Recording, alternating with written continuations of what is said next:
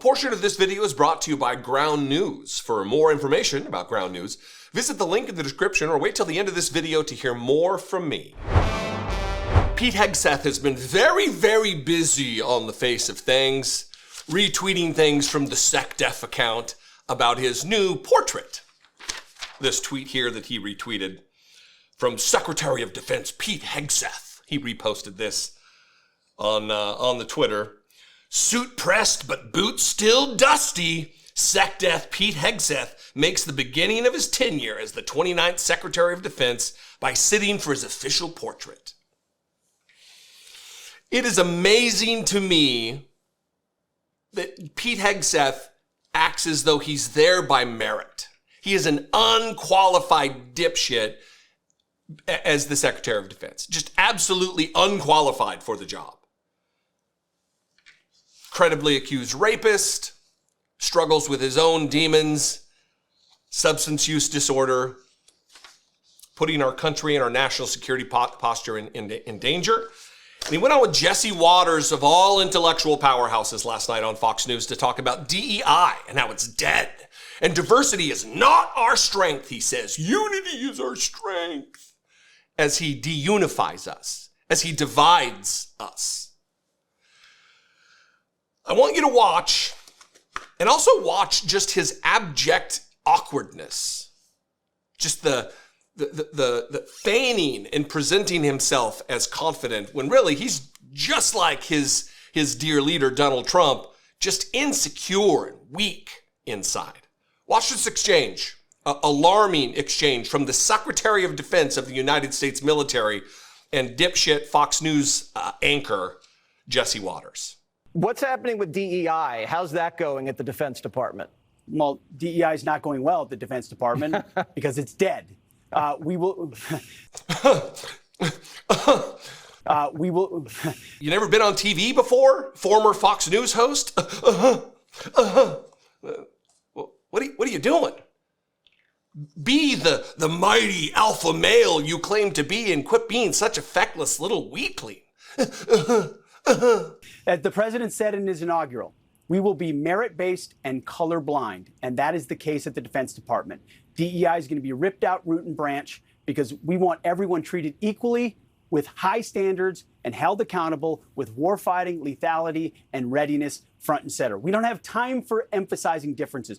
Jesse, one of the dumbest phrases in military history is our diversity is our strength. Our diversity is not our strength. Our unity and our shared purpose is our strength. And the Pentagon is excited to get back to that core mission. It's happening rapidly. The services are responding, and those that don't want to respond can work somewhere else. So diversity, equity, inclusion will not be a part of the Defense Department, not a minute longer. DEI is dead, he weakly and meekly proclaims with fake bravado. Our diversity is not our strength. Our unity and our shared purpose is our strength, as though those two things are mutually exclusive. Like we can't be diverse and also unified. I don't know about Pete. I would assume it was a similar situation to my time in the United States Marine Corps. He was in the Army, not the Marine Corps, but I served with a lot of Black and Latino and Asian individuals, indigenous people from near where I grew up in Idaho. But I was in boot camp with people from Arizona who were Navajo, whose ancestors were code talkers during World War II. Diversity is absolutely our strength. And those people that I served with who were not white like me, we were unified in common cause. And we were diverse. They are not mutually exclusive. But if DEI is dead and you don't need anything from them blacks and them Latinos, Pete, let me explain using Department of Defense metrics. I'll explain how this is going to hurt your recruiting numbers. Pete Hegseth. Just a poster boy for how meritocracy is a myth, that there is no bootstraps. You're just lucky because you were born white. You're just lucky because you got a job at Fox News and sidled up to Donald Trump and his racist white supremacist views. Not shocker with your white supremacy tattoos, celebrating the Crusades. But here is the 2022 demographics profile of the military community from the Department of Defense. This is it, right? So if you look at the numbers here, we're just going to look at active duty, not reserve, not ready reserve, not the other elements, just active duty. There are 1,067,756, as of this report, active duty enlisted individuals. In the officer corps on active duty, it's 236,964 for a total of active duty individuals, as of this time of this report, of 1,304,720 active duty military personnel. According to this report, 31.2% self-identify as a minority, meaning non-white. And then another percentage, 18.4%, self-identify as Latino or Hispanic. That's 49.6% of active duty troops are non-white. So tell me again how diversity isn't our strength, because if those numbers go away, if that 49.6% go away, you're going to go from a $1.3 million personnel force to 657,578, Pete. Tell me how mighty our all-white military will be, not having to worry about diversity, not having to worry about equity, not having to worry about inclusion, because you'll all just be white supremacist force. Huh? How strong is our military going to be when it's not diverse, Pete? Just a question I feel like is kind of important. As you promote and forward a white supremacy policy objective by our white supremacist president through his white supremacist Secretary of Defense. It is remarkable to me that this man has been elevated to one of the highest positions in the world. Unqualified, unintelligent, just motivated and animated by his resentment of the accomplishments of black and brown people.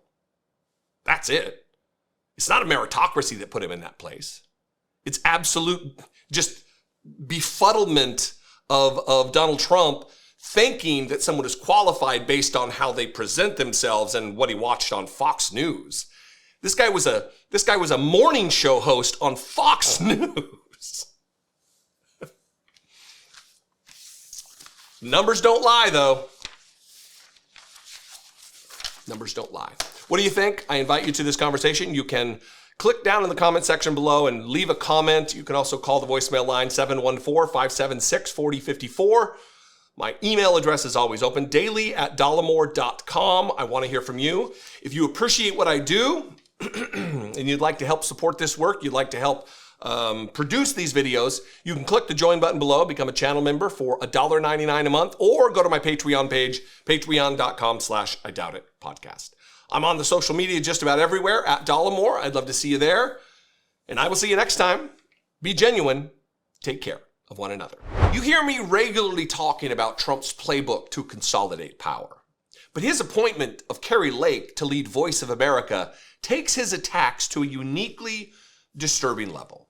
Lake, like Trump, has made a career of attacking journalists and denying facts. She will now be in charge of an independent network whose purpose is to provide unbiased reporting.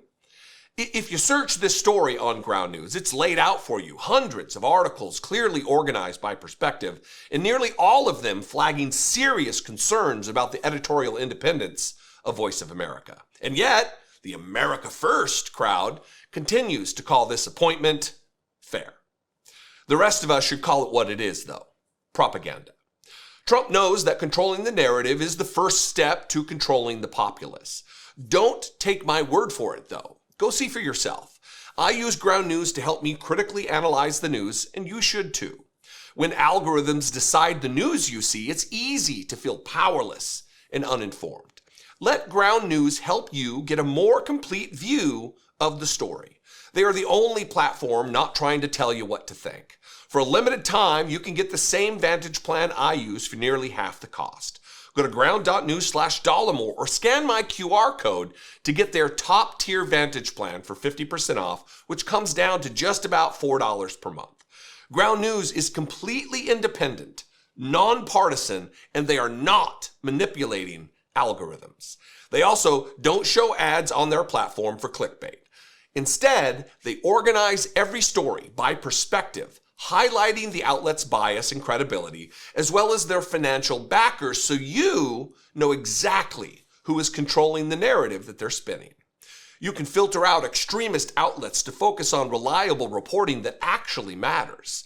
Think of the time you can save when sifting through biased coverage and misinformation. You might even find a new and highly credible outlet that could use your support. So your Ground News subscription would also protect independent media voices that are daily under attack.